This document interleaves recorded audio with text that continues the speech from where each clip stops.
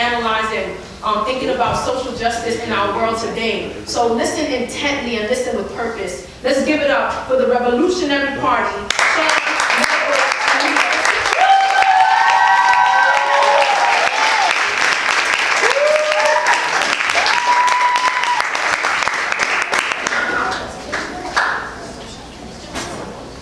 Okay.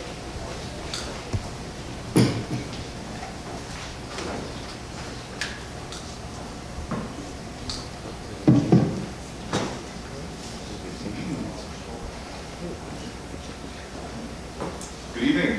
How's everybody feeling? Good day. Come again.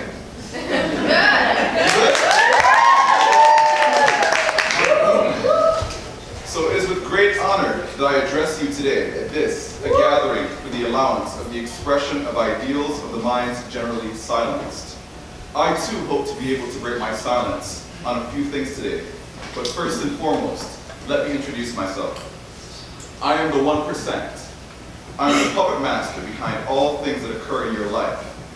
I am the force responsible for your education system, your entertainment, your news media, your job, your politicians' decisions, your justice system, your food. I have undoubtedly had a huge impact on your life, and I have never even met you. I taunt you, yet you don't ever see my face. Many of you don't even know I exist.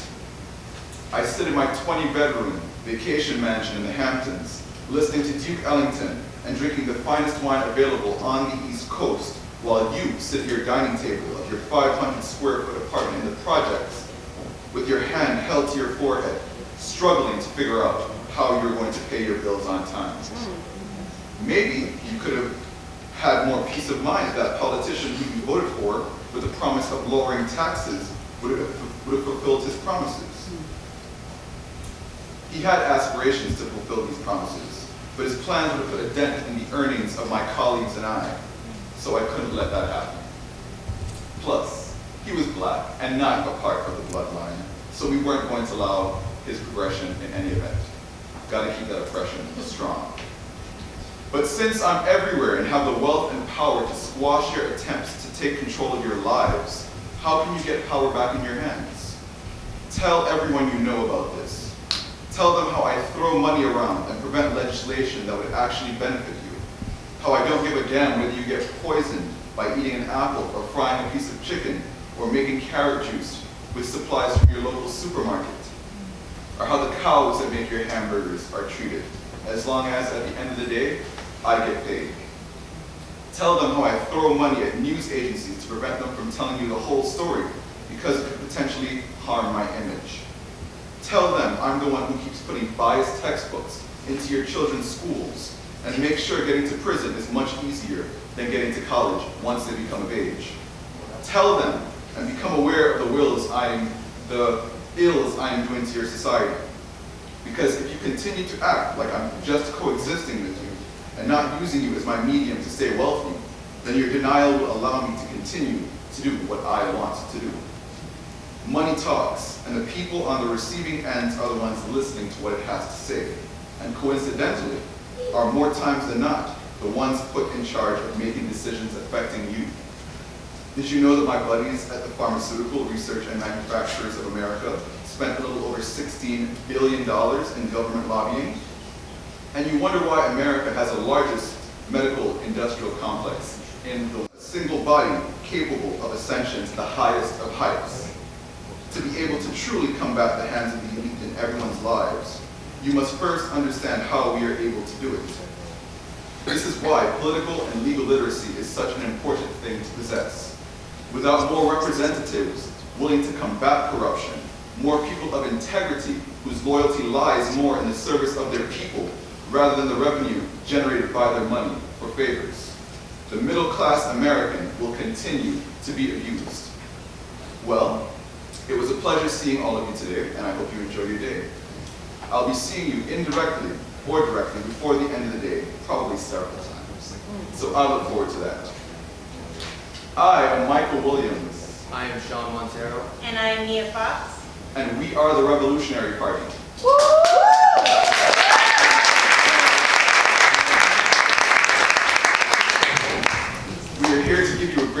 insight into the way corruption affects us. The question we considered as we conducted our research is, what is governmental legal corruption, and how are they facilitated, and what impact do they have on the citizens? Through our research, it became prevalent that a recurring issue is lobbying. Lobbying, in its definition, is any attempt by individuals or private interest groups to influence the decisions of governments. We'd like to share some quotes from an article by Lee Dutman, dated April 20th, 2015, entitled, How Corporate Lobbyists Conquered American Democracy. Corporations now spend $2.6 billion a year on reported lobbying expenditures. Leading corporations began hiring their first lobbyists, and they started winning. They killed a major law reform, rolled back regulations, lowered their taxes, and helped to move public opinion in the favor of less government intervention in the economy.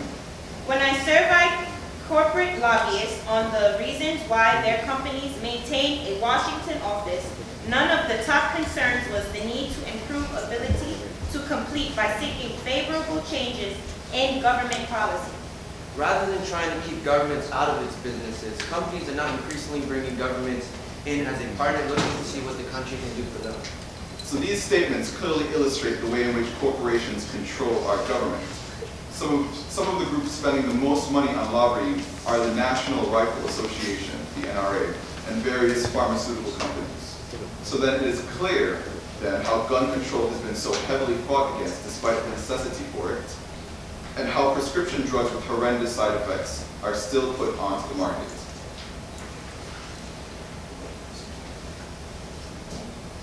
We have created suggestions that realistically combat the issues of systemic corruption. Firstly, understanding the corruption that exists is vital to be able to respond to it. Our education system is lacking in preparing students for facing the realities of the world. Therefore, we must take our own steps to arm our children with the knowledge that is essential to playing an active role in the maintenance of liberty and justice for all through the unification of teachers, activists, and community leaders. Our second suggestion is a mobile app.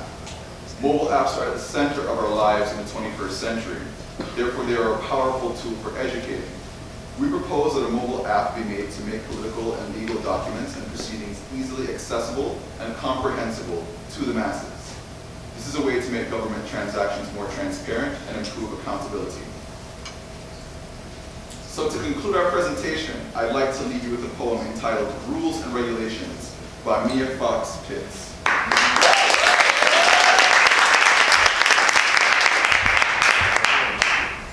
Melanated people, how you think you're gonna make it? All lives matter, but with rules and regulations. You see a world fed on propagandized news. Realize that a piece of metal has authorized men to get away with murder. The same that protect and serve won't even help you preserve your royal roots. Bricks being plopped down on ancient people's history as I speak. Postal renovation, a lie they feed so they can build a capitalist, soulless imitation. Sugar, so sweet now tumbling down a bitter hill. El Barrio, oh you mean at a gas station, right? Masters say no child left behind, gotta corrupt that child's mind. Hear me when I say, the American dream is for sale. The best way to hide information from a masses is to put it in a book. So on our digital screens, our tender minds are filled with false policies and prophecies, while overseas, our American dream is sold.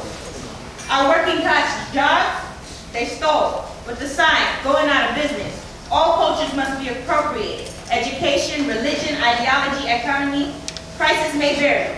Transatlantic trade, human ages gave it a new name.